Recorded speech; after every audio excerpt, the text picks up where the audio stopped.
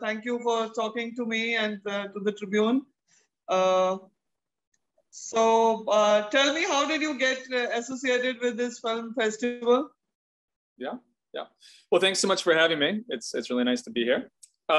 Yeah, so I'll give you just a quick backstory about me and how I got connected then. I'm an environmental filmmaker, photographer, educator. I've been full-time working in environmental film for about 10 years. And in the 10 years before that, I was a trained environmental scientist and climate science specialist. And so, for 20 years, I've been putting these two worlds together.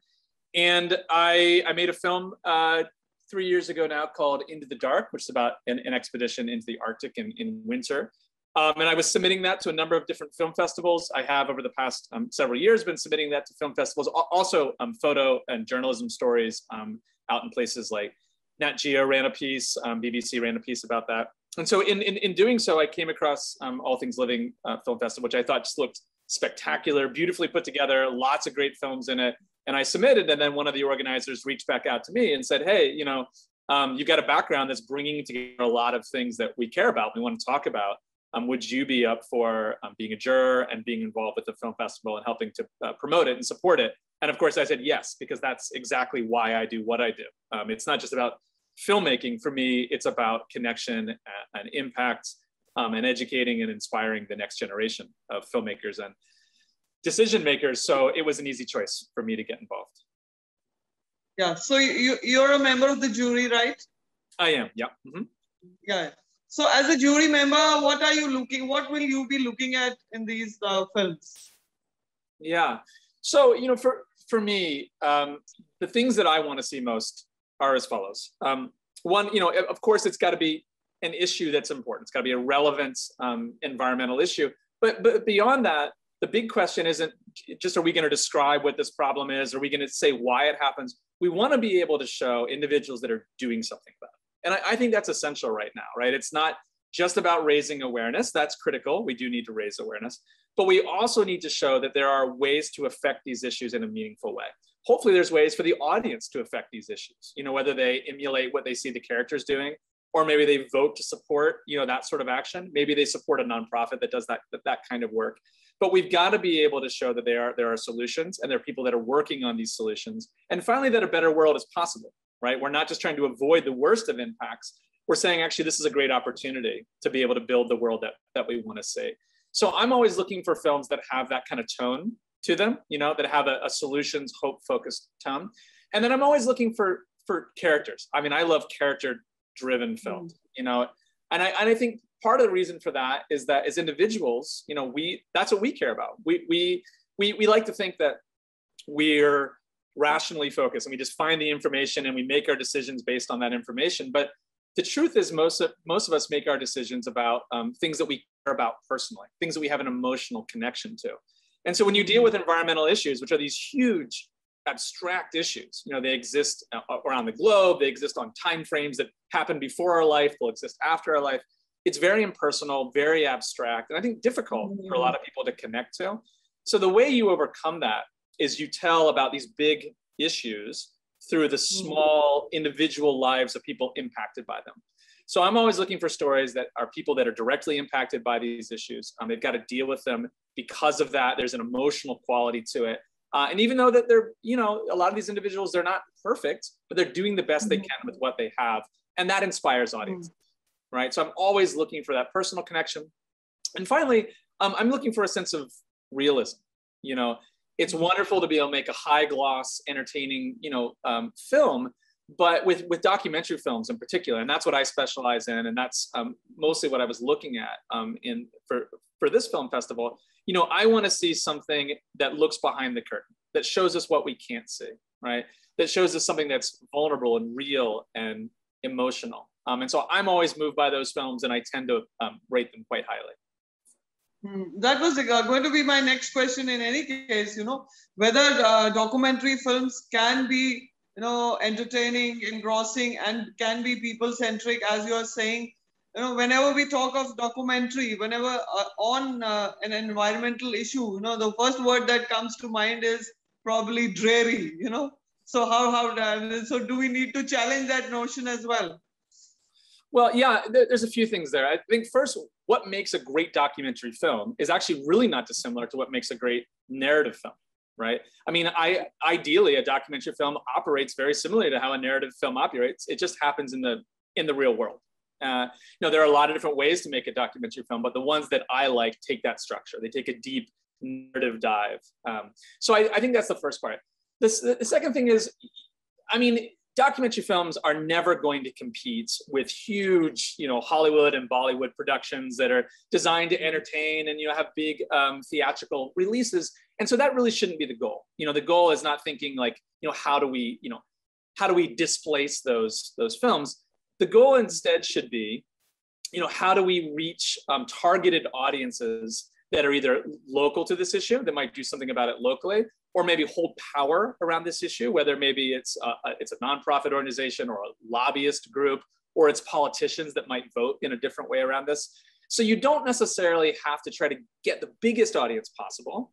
The question is, how can I select my audiences to drive impact around this issue, right? So it's not necessarily about competing with, it's about working in collaboration with, I suppose.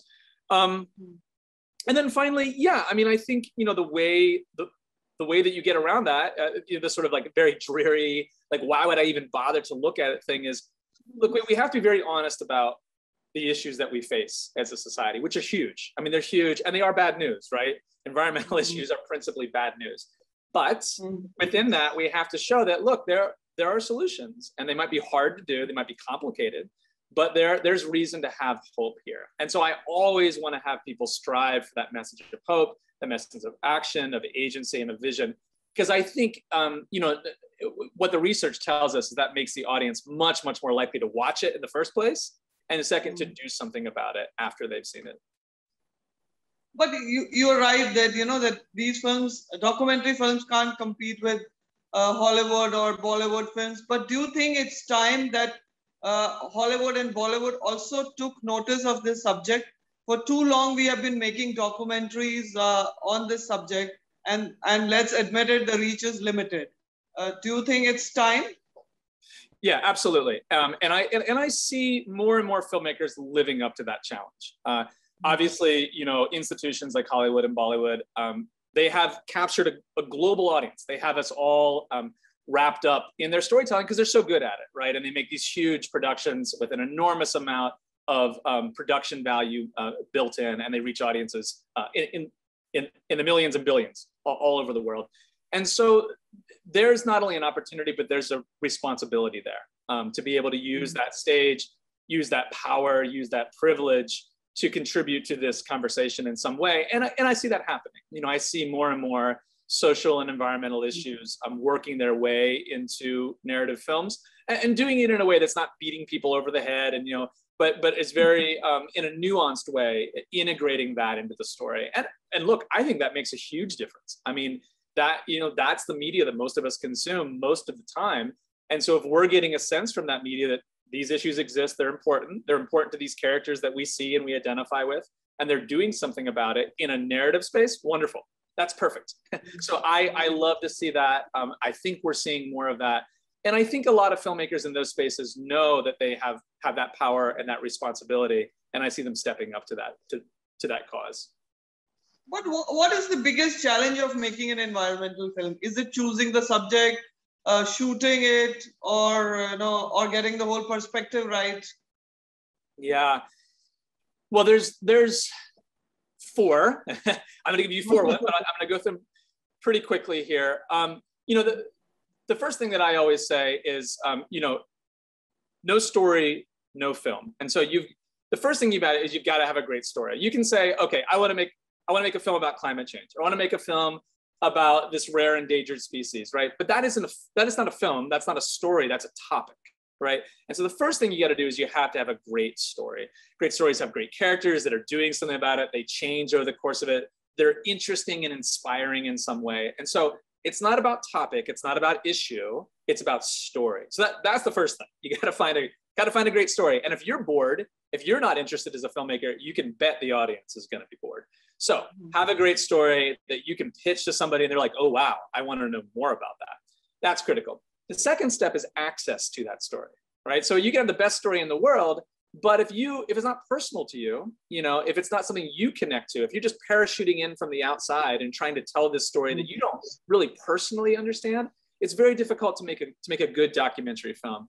So a lot of documentary films, the filmmaker is personally connected and invested in some kind of way, and the characters that they're working with trust them and they understand that. And so there's this really deep sense of connection that you get from the film. And that comes from the filmmaker's connection in a lot of ways, and an ability to gain access. And then the final two are more boring, but are essential. I mean, one, of course, is funding. Films are expensive endeavors, and that doesn't mean that you need to have a lot of money to make a great film. There are tons of filmmakers that have gone out with a cell phone and the right story and the right access at the right time and have made great films. But being able to find funding to be able to make a better looking film and invest the time you need in the field, because these things can be very time consuming, the better. So I teach a lot of classes for filmmakers on fundraising. How do you find these pockets of money, and how do you access them? How do you build collaborations to get these projects done and done the right way? And then finally, how do you design impact in your film from the beginning, right? If the goal is impact, it's not just entertainment, but it's impact. Well, how do we think about that? How do we do that? What makes an impactful film? And so I teach about that a lot as well. And the short answer is you can't do it on your own, right? You can't just make this film and think it's going to change the world. The only way to do it is to build collaborations with nonprofit organizations, government organizations, education organizations, media, and so on. And only in tandem with everyone using that film in different ways can you hope to be able to ripple out and have an impact. So you're talking about being personally invested in a particular subject. So what is the subject that interests you the most among environmental issues? Yeah, well, for me, the biggest one is the climate crisis. And I know that's an easy answer, but the truth is we've got a window right now to act on that. It'll make a really big difference what we do now. And so it's pressing. But secondarily, no matter what issue you care about, whether it's an environmental issue, whether it's a social issue, whatever it is, climate change stands to make that issue worse if we don't get it right. So we've got to get it right on climate change. So broadly speaking, that's the issue that concerns me the most. It's the issue that almost all of my all my films and projects connect to. But again, I try to do that in a way that is very focused and about its impact in one place, right? Because again, if we make it too big and too abstract, I think it's too hard to understand. Again, I've got a degree in climate science. At the graduate level, I studied environmental sustainability at the University of Edinburgh in Scotland. So I connect to it personally in an academic sense. And then I really try to work in places that are personal to me as much as possible. Sometimes I don't do that. I worked on a film recently in the Arctic. I'm not from the Arctic. But the connection that I had there was sort of the scientific connection, and I was following scientists that were doing the work. But a lot of my projects today focus in geographies that either I live or I'm personally connected to. And to me, that feels really important. So apart from your degree in environmental science, what got you interested in this subject? Was there a trigger somewhere? Yeah. Even though I have this background in science, my reasons for doing this are extremely personal. I grew up on about 10 or 12 acres of woods in rural America in Appalachia, on mountains on the east coast of the United States. Very poor, very rural, very, very wooded. And I had a large family, and I spent almost all of my time as a kid outdoors. And so I think I fell in love with wild places as a kid. I felt like it was my home. It was part of who I was, and I valued it greatly. And so that was essential. But at the same time, this is an area in this country that has been for over 100 years a place of major industrial extraction, whether that's timber or coal or other metals. And so I had seen that destruction all around me, and it was happening in real time as I was growing up. The mountain just across from me was being strip mined. And so I think I got the sense that not only are these places, precious and beautiful and essential, both for us, but also for the non-human world, but they're also vulnerable. And so we've got a responsibility as people that care about these things to act and to do something about it.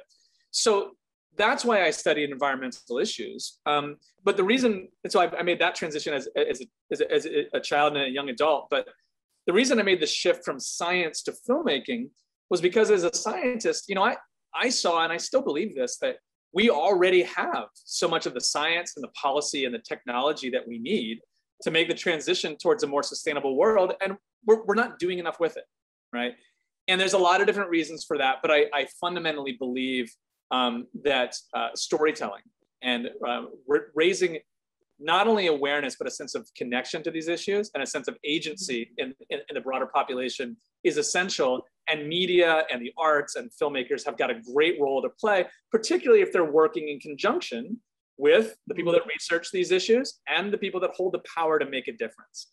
So it's putting those things together. That's a big part of what I do. I suppose I'm an artist in the sense that I make films, but I mostly identify as somebody that really cares about these issues and is trying to figure out the best possible way to contribute in some meaningful way. So you're also a photographer and a filmmaker. Does the creative eye remain the same? Yeah, there is a lot of crossover between photography and film. Those are the main things that I do. And I also write to a certain extent. Yes, they do. Filmmaking is so incredibly complicated and painful compared to photography, though. I have to say that filmmaking is an other world of complication because there's just so many creative elements to it. The reason why when we watch films and there's hundreds of credits is because films are all kinds of arts rolled up into one. You've got writers, you've got people that do lighting, you got people that do the photography, you got people that work with the characters and direct. There's just so much that goes into it. You have audio people, you got music people, you got designers. Photography is by comparison extremely simple. It's hard in the sense that in the photographic world, you only might get 10 frames or 12 frames, still images to tell a whole story. And so you've got to be very, very mindful and very, very careful about editing and your selection. In a way, you got a little more leeway in filmmaking, but filmmaking is just much more complicated. The thing that puts both of them together is they're both fundamentally about great stories. And so if you know how to tell a great story, you know how to tell it visually, you can work both as a photographer and filmmaker. And because so many of the tools now do both. I mean, my camera shoots, shoots video and it shoots still images. We're seeing more and more filmmakers and photographers kind of become the same thing. We're seeing more and more crossover. And so I sort of fit into that as well. So which is your greater passion today? Oh boy, making me choose.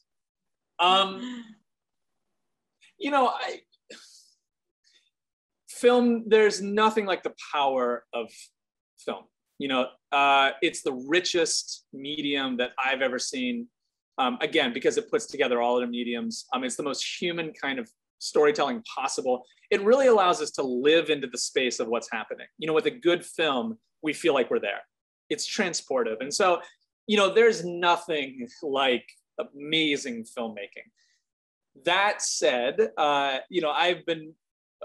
coming off the heels of making a lot of films in the past few years. And so now I'm relaxing a little bit more. I'm mostly looking at pushing those films out and how I use them to educate. And personally, I'm a little more focused around making photographs at the moment. But I'm sure filmmaking will come back. And indeed, I've got a film I'm working on about killer whales in Canada and about sound pollution. And that I'll start shooting on that again next summer. So I kind of go back and forth between these things. But do you think films create a greater impact as opposed to, climate warriors like Greta? No, I don't think so. I think that it's not really an either or. It's a yes and. It's about how these things fit together, rather than saying, which one is the greater part. The idea is to put all those different movements for change together in a meaningful way. That said, a film in and of itself does not make any change. I think for me, as time has gone on, I think more and more that the only way change happens is if we fundamentally change the laws. I mean, we are nations that are organized by laws, but those are the rules of the game.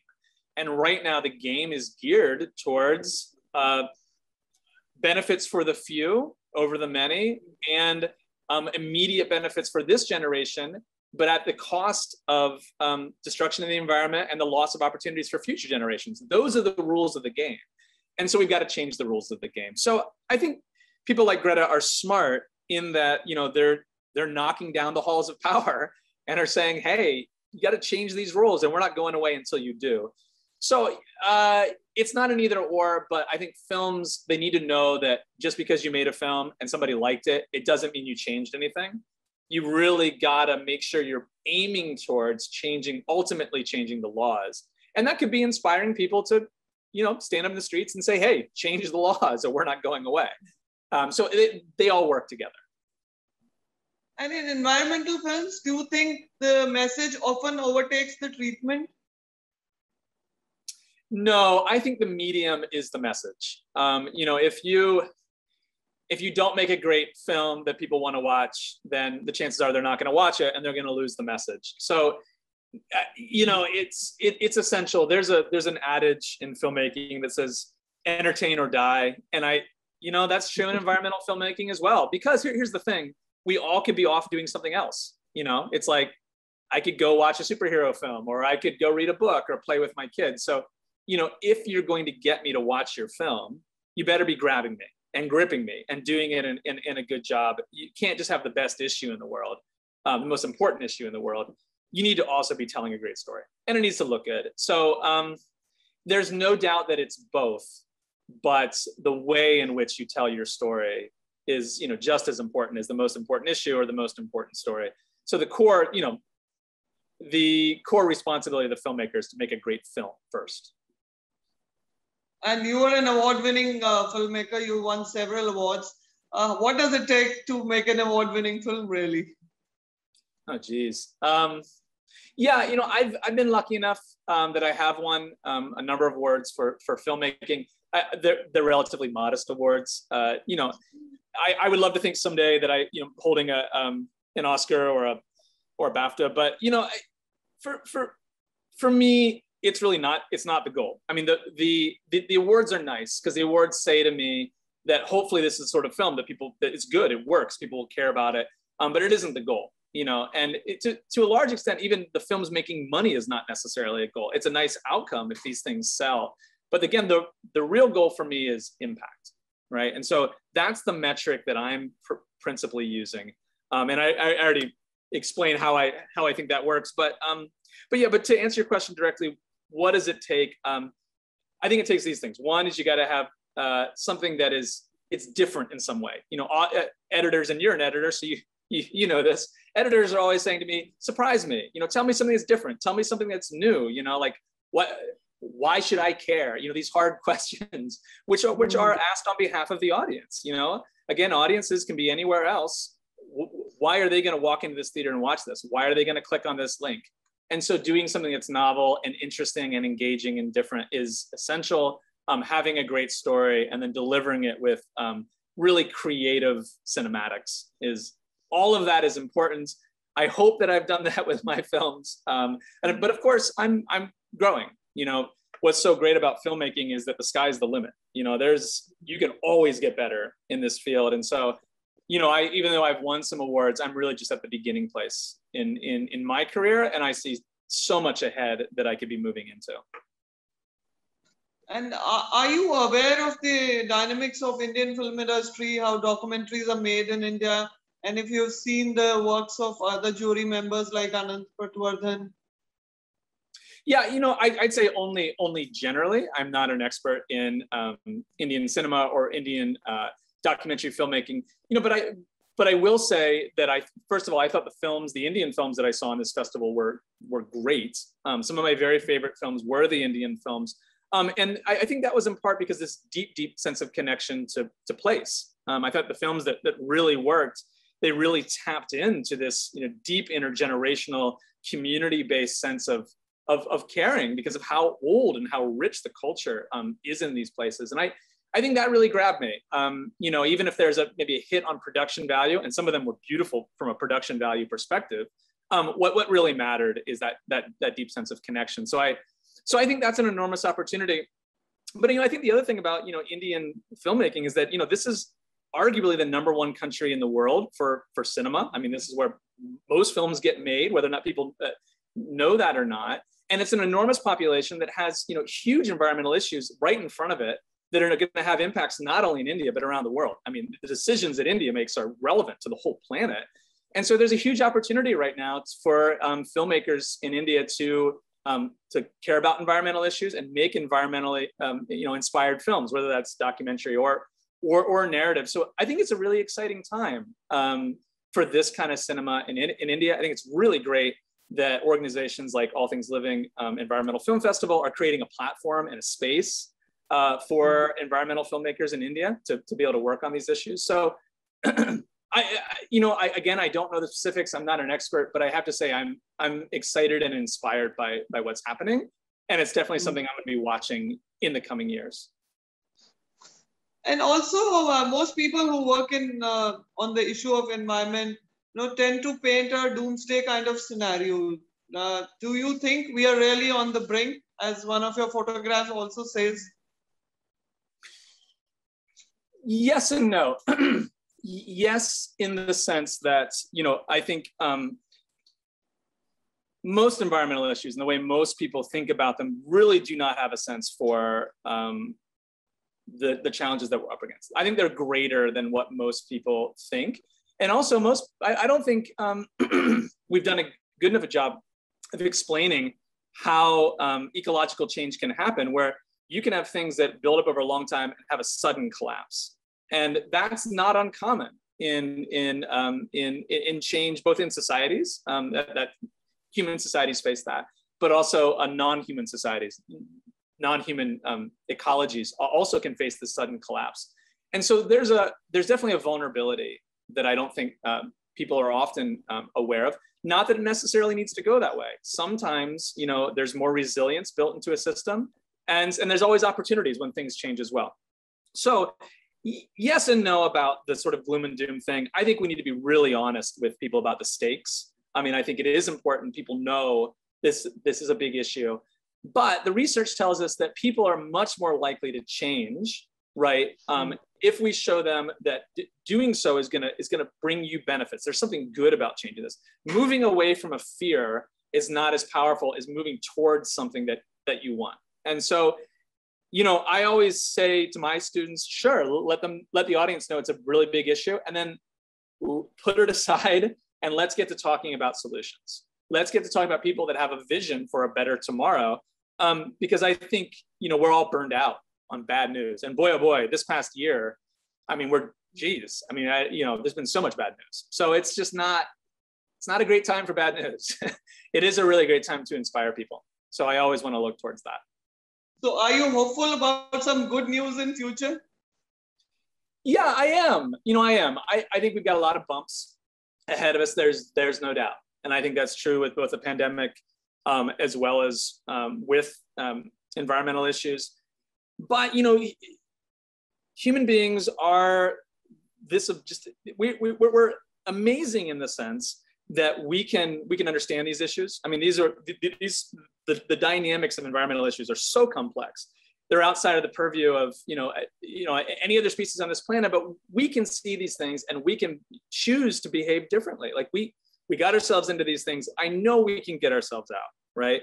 And humans can do amazing things when under pressure. I mean, certainly this past year is evidence of that. Even though we failed in a lot of ways to address the pandemic, there's also an enormous amount of success in there, both scientifically, politically, community organizing, and down to the individual level. So there's a lot of things that we can look for in this past year that I think should give us a lot of hope in the future in terms of how we can address environmental issues. But again, we've got a lot of work to do to get there, and we've got a lot of work to do in journalism to help support these narratives about what it means to live well without destroying the planet, and raising up people that are doing that work.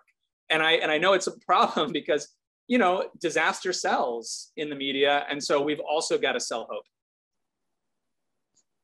But you said that environmental issues are rather complex. So while making a film on such complex issues, is that also a challenge, how to kind of simplify it, if not oversimplify it?